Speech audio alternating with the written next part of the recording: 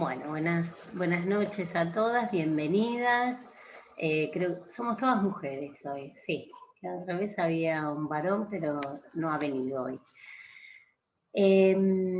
Bueno, estos encuentros, como ya saben, las que vienen haciéndolo desde el principio, y lo digo para las que se agregaron ahora, son el primero y el tercer domingo de cada mes, con Paola Careri, que hoy ella no está porque está con mucho resfrío, entonces la incomodidad de tener su nariz queriéndose sonar a cada rato, bueno, decidimos que estaba yo sola. Y bueno, estos días, el primero y el tercer domingo de cada mes, hacemos estas charlas gratuitas por Zoom, hablando sobre temáticas, abordándolas desde las miradas de las constelaciones familiares.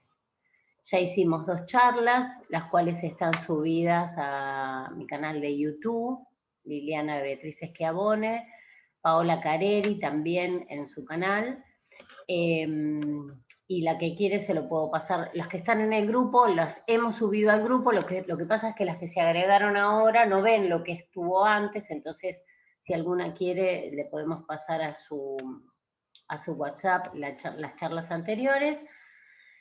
Estuvimos hablando primero sobre qué son las constelaciones familiares y después la segunda charla, como coincidía con el Día del Padre, hablamos sobre la importancia de tomar al padre.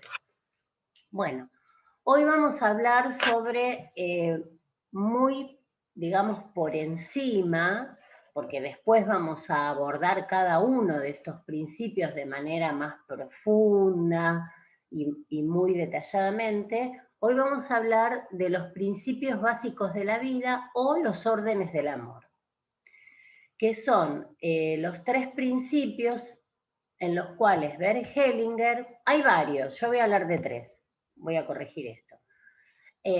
Según distintas bibliografías hay 3, 5, yo voy a hablar de 3. Según Bert Hellinger, desde esta filosofía y su mirada de las constelaciones, él decía que para que el amor fluya y todo pueda estar en armonía en un sistema familiar, se tenían que respetar estos 3 principios. Ahora vamos a entrar a hablar de ellos. Primero quiero hacer alguna aclaración sobre un tema que son los campos mórficos, para que vayamos desmenuzando y comprendiendo, porque esto de los principios está relacionado a los campos mórficos. Bueno, muchas veces el pasado se repite en el presente, se repite una y otra vez. A veces nosotros nos damos cuenta de esto, si tenemos información. Y si no la tenemos, no. Pero lo podemos percibir. Seguramente que puede haber alguna situación en nuestra vida relacionada a nuestra familia, puede ser nuestra familia primaria, madre, padre, hermanos, o a la familia que hemos formado nosotros, la que formó familia, o en su propia vida, que genera mucha incomodidad y cosas como, y algo raro, ¿no? Decimos. Una sensación, o esto siempre se me repite, yo no sé por qué, si yo soy, qué sé yo, trabajadora, consigo un trabajo y me gusta, empiezo con entusiasmo y después me pincho, o lo pierdo. O el dinero no me rinde, tengo muchos conflictos en todas las relaciones. A veces puede aparecer un síntoma, una alergia, una enfermedad, no solamente en mí, puede aparecer en algún hijo mío, en algún nieto, y mucho no se comprende qué es lo que está pasando. Cuando ocurre esto, estamos hablando de que hay, luego después uno empieza, lo primero que hacemos vamos al médico y después ya empezamos a agotar instancias, hasta que en algún momento quizás, bueno, se va a la biodecodificación y en algún momento se llega a las constelaciones. Cuando esto está ocurriendo es porque alguien algo o alguna situación en mi sistema familiar tiene que ser incluido, ordenado o equilibrado. A veces hasta ocurren muchas tragedias en las familias, conflictos, enfermedades mentales. Son muchas las causas a través de las cuales se presenta y se manifiesta este desorden que hay. Que nosotros casi siempre no sabemos ni siquiera de dónde vienen. Porque si se acuerdan, las que estuvieron en las primeras charlas o las que estuvieron en alguna constelación, en algún taller mío u otro, donde se empieza a explicar qué son las constelaciones, se habla de que muchas veces, o sea, a lo largo de la vida, nosotros cuando empezamos a atravesar situaciones de conflictos, nos damos cuenta en una constelación que estamos implicados con algún ancestro, ¿no? ¿Qué quiere decir esto de estar implicado? Que quizás en nuestra vida nosotros estamos viviendo cosas en nuestro destino que pertenecen al destino de aquel que quizás ni siquiera conocemos. Entonces ahora vamos a ir viendo por qué pasa esto científicamente y por qué pasa esto sistémicamente. Científicamente nosotros tenemos una información, según las investigaciones de Rupert Sheldrake, que es un biólogo, investigador. Esto lo pueden googlear para tener más información. Él habla sobre la teoría de los campos mórficos. Él explica que es un aprendizaje tácito, lo define como un aprendizaje tácito que se da entre las especies. Por ejemplo, supongamos que un roedor de Australia puede conocer, sin que exista una transmisión material, simplemente por una resonancia mórfica, que está relacionada a estos campos, algo aprendido por un roedor, o sea, de su misma especie, pero de cualquier otra parte del mundo. Ahora, yo voy a ir bajando la información a un lenguaje más cotidiano. ¿Qué quiere decir esto? Que todas las veces que un miembro de una especie aprende un comportamiento nuevo o incorpora por aprendizaje, sí, o por copiar o porque le enseñan específicamente un comportamiento nuevo, cambia el campo morfológico de la especie. ¿Qué quiere decir esto? Que ya esa información pasa a un lugar donde queda archivada. Y si este comportamiento se repite durante un lapso prolongado, este aprendizaje resuena mórficamente en toda la especie. Por lo tanto, toda la especie va a empezar a tener esa misma conducta. Yo en una de las charlas hablé del tema de los gatos cuando hace muchos años que hacían sus necesidades en el papel o en la tierra. Y luego cuando alguien les enseñó a hacer en las piedras, todos empezaron a aprender y a hacer en las piedras. Bueno, está relacionado con esto. Por lo tanto, esto llevado al sistema familiar, ¿cómo se traduce?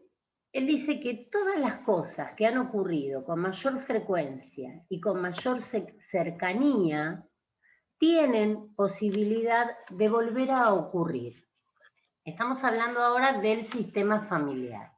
Entonces parece ser que hay como si fuera una biblioteca, un archivo, así, que nosotros no lo podemos tocar, no lo podemos ver, que está relacionado a las conductas de las especies y que todo lo que se vive separado por especies y que todas las cosas que esa especie aprende e incorpora, y si eso se da en un tiempo prolongado, queda como, ese archivo queda guardado, como una memoria.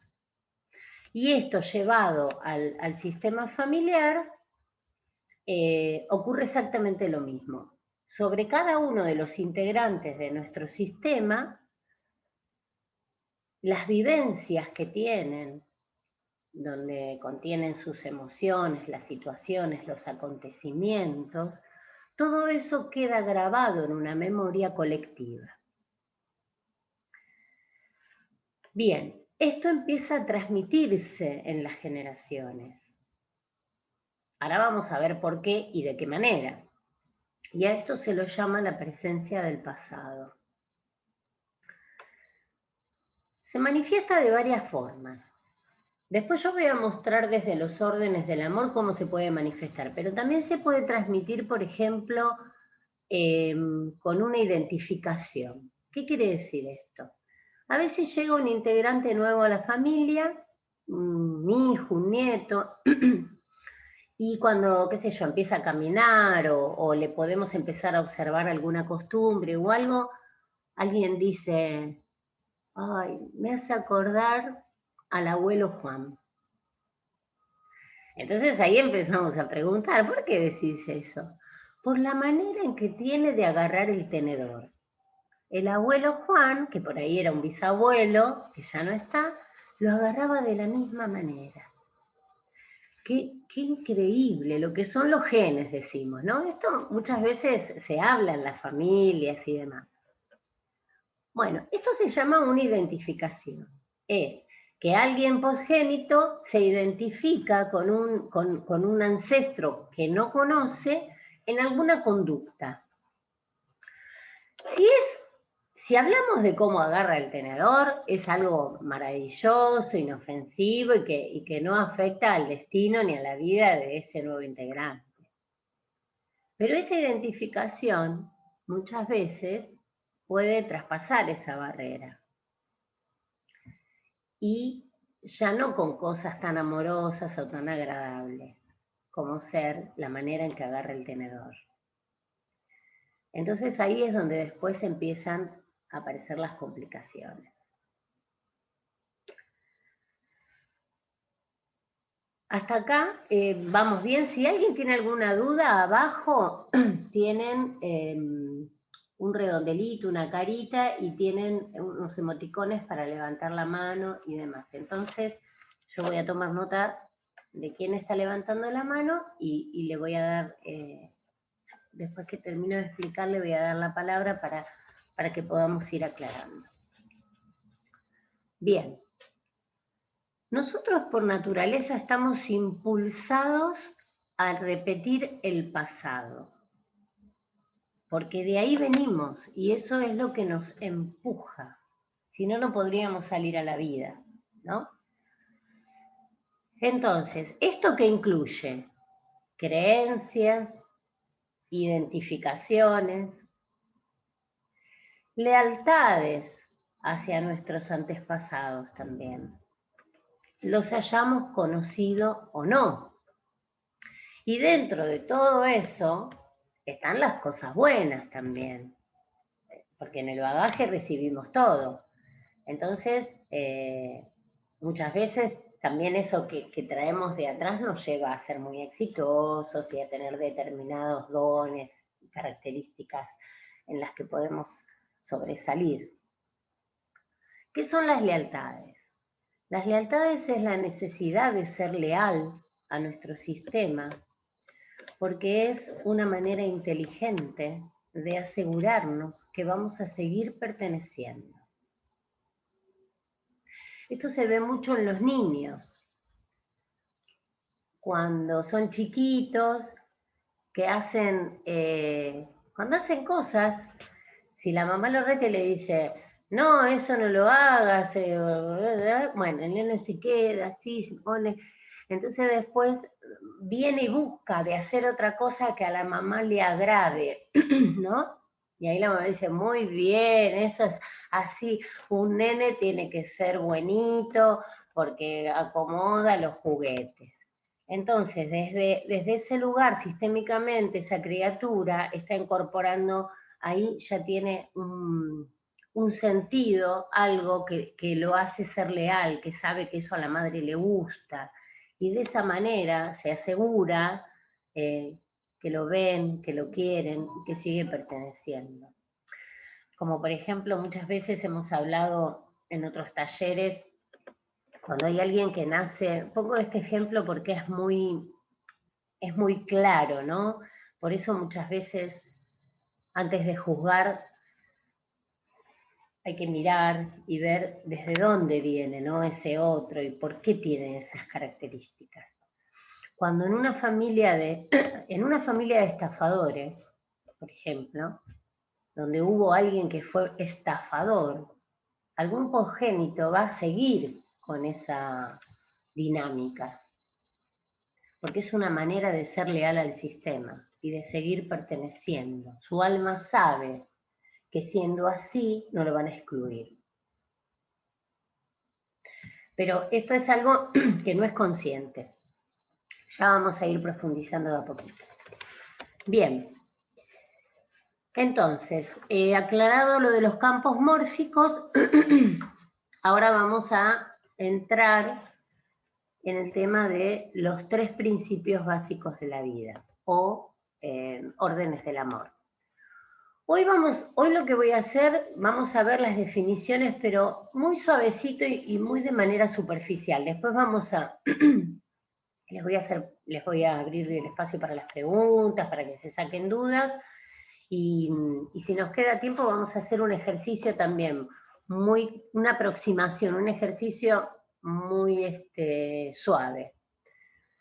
Y después, en próximas charlas, vamos a ir hablando de cada uno de estos órdenes, pero más profundamente, porque hay mucho para hablar de esto. Bien, entonces, primero les voy a hablar de la pertenencia. ¿Qué quiere decir esto de pertenecer? Bert Hellinger decía que todos los que forman parte de nuestra familia tienen el mismo derecho a pertenecer. Todos tienen que formar parte. Tan pronto como se objete o se rechace la pertenencia de un miembro de la familia, se produce un desorden con consecuencias de largo alcance. Literalmente esto él lo dice en uno de sus libros. ¿Qué significa esto?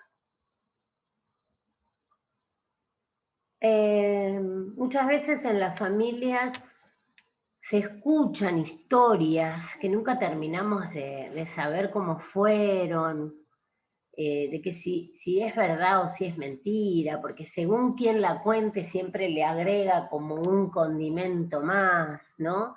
Y hasta también, después cuando uno ya se pone adulto y sigue escuchando esas historias, hasta puede llegar a darse cuenta quién fue afectado en esta historia que se cuenta y quién no, por la manera en que lo aborda y cómo se pone cada vez que habla del tema.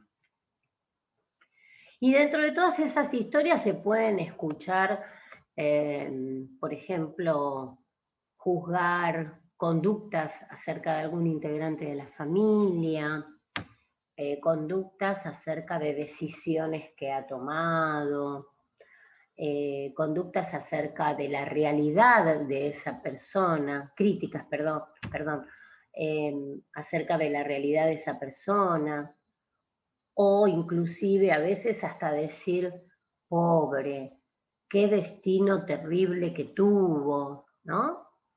Bien.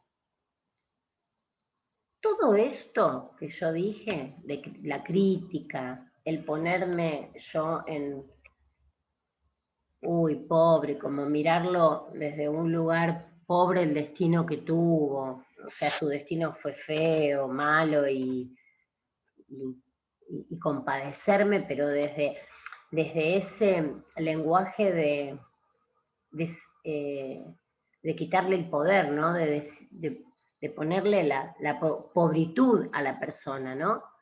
todo esto que lo hacemos todos cotidianamente es excluir. Estas son maneras, una de las tantas formas que tenemos de excluir. ¿Por qué digo esto de decir pobre y demás? Porque precisamente para que todo esto se empiece a ordenar, hay que dejar de mirar ahí juzgando, o dejar de mirar ahí poniéndome en más grande, o mi vida es mejor y la de él, uy, pobre. No, o sea, la manera de poder integrar eso es mirarlo y a sentir, o sea, comprender que por algo fue de esa forma. Porque siempre todo lo que ocurre es para un bien mayor, es para algo más grande. Lo que pasa es que nosotros solamente estamos acostumbrados a poner la mirada en lo que tenemos al alcance de los ojos, porque estamos también educados para eso. En la escuela no nos enseñan estas cosas, entonces nosotros crecemos con lo que aprendimos. Inclusive hasta a veces compadecerse de un otro desde este lugar de uy, pobrecito, está bien visto. Y en realidad nosotros le estamos quitando poder a la persona cuando le decimos uy, pobrecito. Podemos empatizar y acompañar en ese dolor, pero el pobrecito le quita fuerza al otro. Es muy sutil, pero es muy profundo. Es muy sutil desde la palabra, pero es muy profundo. Bien. Cuando hablamos de la pertenencia es como, yo pongo siempre el mismo ejemplo, es como si los que estamos hoy hacemos una fiesta, ¿no? ¿Y qué hacemos? Invitamos a los que nos parecen más copados, más divertidos, y a todos los otros los dejamos afuera. Cerramos la puerta, hacemos la fiesta así, pim pum, listo. Eso a la hora de hacer una reunión, una fiesta o lo que sea, uno puede elegir a quién invita, a su casa y demás, pero yo estoy haciendo una metáfora, pero desde la mirada sistémica es como esto, ¿no? De dejarlos afuera del destino familiar, del sistema familiar. Después se habla del equilibrio. Bergelinger habla del equilibrio entre el dar y el tomar. Todos los miembros de la familia se encuentran en un proceso continuo. Estamos constantemente en un proceso de intercambio entre el dar y el tomar. Y cuando tomamos algo, lo que nos ocurre, y si no piensen cuando alguien les da algo y ustedes lo toman, no lo reciben, porque recibir es un acto pasivo. Yo pongo las manos así, alguien me da algo y yo lo recibo, ¿sí? Ahora, tomar es esto. Alguien me da una lapicera y yo la tomo. Es una acción. ¿Se ve la diferencia? Entonces, cuando alguien nos da algo y nosotros lo tomamos, nos sentimos con la necesidad de compensar eso, ¿no? O sea, de volver a darle algo al otro. Parecería como que si hacemos eso estamos tranquilos, y si no es como si nos sentiríamos en deuda. Después vamos a ver si a ustedes les pasa, si a alguien le pasa esto también.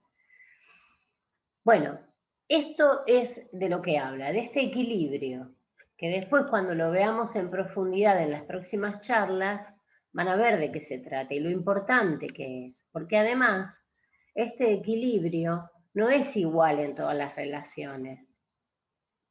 Está digamos, en lo que es en la familia en general, después está cómo funcionan las relaciones de pareja, cómo funciona, bueno, en las amistades, en lo que es lo social, y cómo funciona en la relación entre padres e hijos, este equilibrio. Cómo podemos hacer nosotros para equilibrar esa dinámica entre el dar y el tomar, y que el amor pueda fluir, y que ese amor crezca en armonía. Porque si no existe este equilibrio, esa relación se rompe, se quiebra. Por supuesto que mucho antes de eso, pasando por, muchas veces, por situaciones muy conflictivas.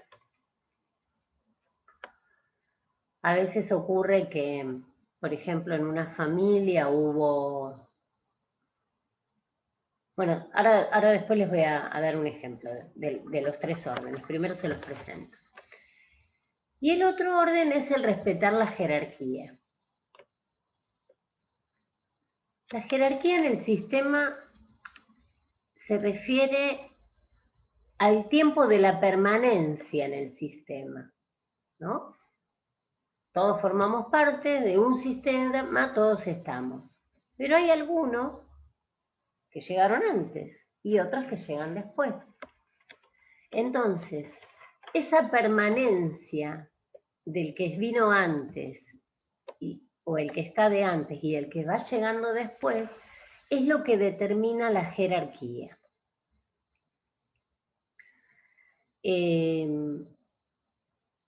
Los que llegan después le tienen que dar prioridad a los que llegan antes. Prioridad sería traducido a, por ejemplo, respeto. Por ejemplo, primero están los padres y después vienen los hijos.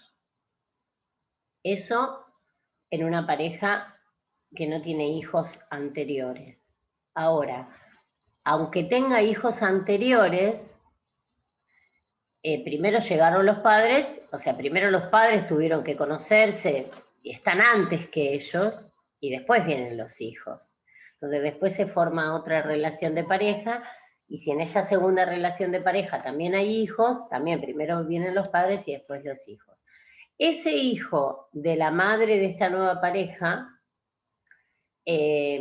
obviamente que le debe respeto tanto a su padre como al marido de la madre, porque por una cuestión cronológica llegaron antes todos a su sistema, antes que los hijos. Por eso el tema del respeto. Bien. En este orden de las jerarquías, también tenemos que tener en cuenta, esto es un dato muy importante, a los hijos no nacidos. Ellos también ocupan su lugar, aunque no estén presentes, pero ellos forman parte del sistema, porque el hecho de haberse engendrado en un sistema ya tienen su lugar, aunque después no puedan llegar a la vida. Por lo tanto, es muy importante saber el lugar que ocupa cada hijo. A veces en los talleres vienen personas con muchas situaciones de no encuentro mi lugar en el mundo, busco un trabajo, no me gusta esto, en todos lados me siento incómodo, y eso muchas veces, no es lineal, ¿no? Pero muchas veces tiene que ver con que quizás hay hermanos que estuvieron antes y él no sabe. Entonces se cree que es el primer hijo de un matrimonio y resulta que es el segundo o el tercero, y está como, ¿en qué lugar? Tengo que estar en mi lugar. Esto es como cuando, antes que íbamos al cine o al teatro, eran numeradas las entradas. ¿Qué pasaba? Si vos venís con tu boleto, ¿no? Con la entradita. Cuando te vas a sentar en el asiento, te encontrás con que alguien te ocupó la silla. Es una sensación rara. Yo no creo que a nadie le guste eso. Y lo primero que decimos es, no, mirá, discúlpame, este es mi lugar. Bueno, imagínense lo que pasa en el sistema, cuando alguien ocupa el lugar de otro. Bien. Cuando este desorden se manifiesta, es un atentado contra la jerarquía, ¿no es cierto? Nadie puede ocupar el lugar de otra persona. Todos tenemos un lugar en el sistema. Todos, todos, todos. Y ese lugar es único y nos pertenece. Bien.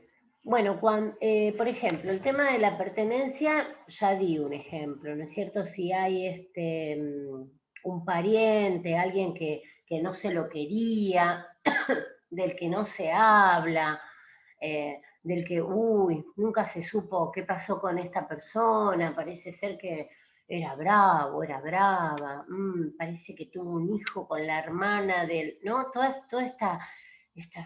este entretejido, bueno, eso genera toda una exclusión hacia esa persona. Entonces, ¿qué pasa? Como nadie puede ser, esperen que tengo a alguien en la sala de espera, ahí está. Como nadie puede ser excluido, ¿cómo hace? Si tomamos el ejemplo de las fiestas, como si estaría en la puerta golpeando, ¡hey! Yo también tengo ganas de entrar, ¿por qué no me dejan entrar si yo soy parte? Entonces, en lo sistémico, ¿qué hace? Esa energía que necesita ser integrada, que necesita ser vista, formar parte, se manifiesta a través de tomar aleatoriamente a alguien que nace después y que esa persona tenga una implicancia con el destino del que fue excluido. Entonces puede aparecer una enfermedad, un síntoma, una conducta repetitiva que genera mucha infelicidad, insatisfacción, algún patrón que se repite todo el tiempo. Esa es la manera de manifestar que hay un desorden. Con el equilibrio ocurre lo mismo. O sea, también tiene que ser visto que alguien por allá hubo un desorden, un desequilibrio y nadie lo vio. Quizás en la muerte de alguien alguno se quedó con una herencia que no le correspondía, ¿no? Entonces, eso sigue generando un peso en el sistema familiar. O alguien dejaron afuera de una herencia, por ejemplo. Bueno, hay, pero un abanico de cosas, porque esto no es A más B es C. O sea, pueden ser millones de cosas las que pueden ocurrir.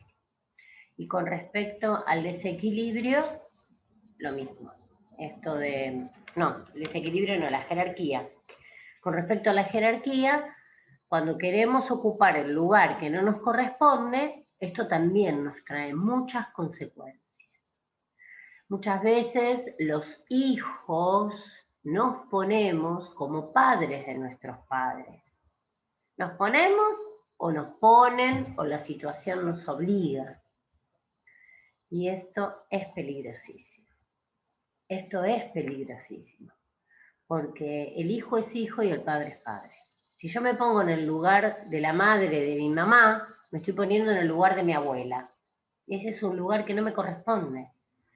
Estoy atentando contra la jerarquía de mi abuela.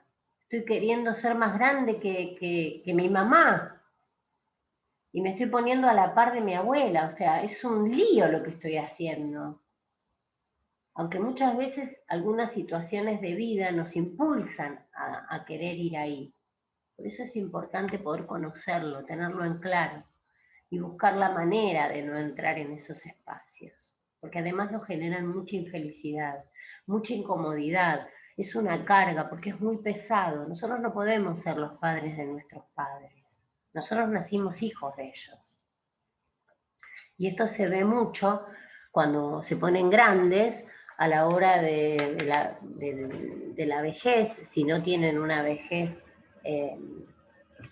buena, por decir de alguna manera, o una vejez donde necesitan ser muy asistidos, ahí los hijos empiezan a sentir mucho esta carga.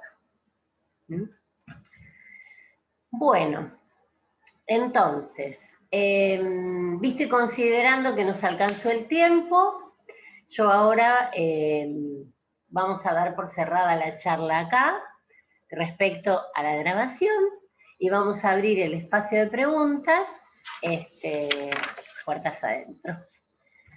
Así que espérenme un segundito.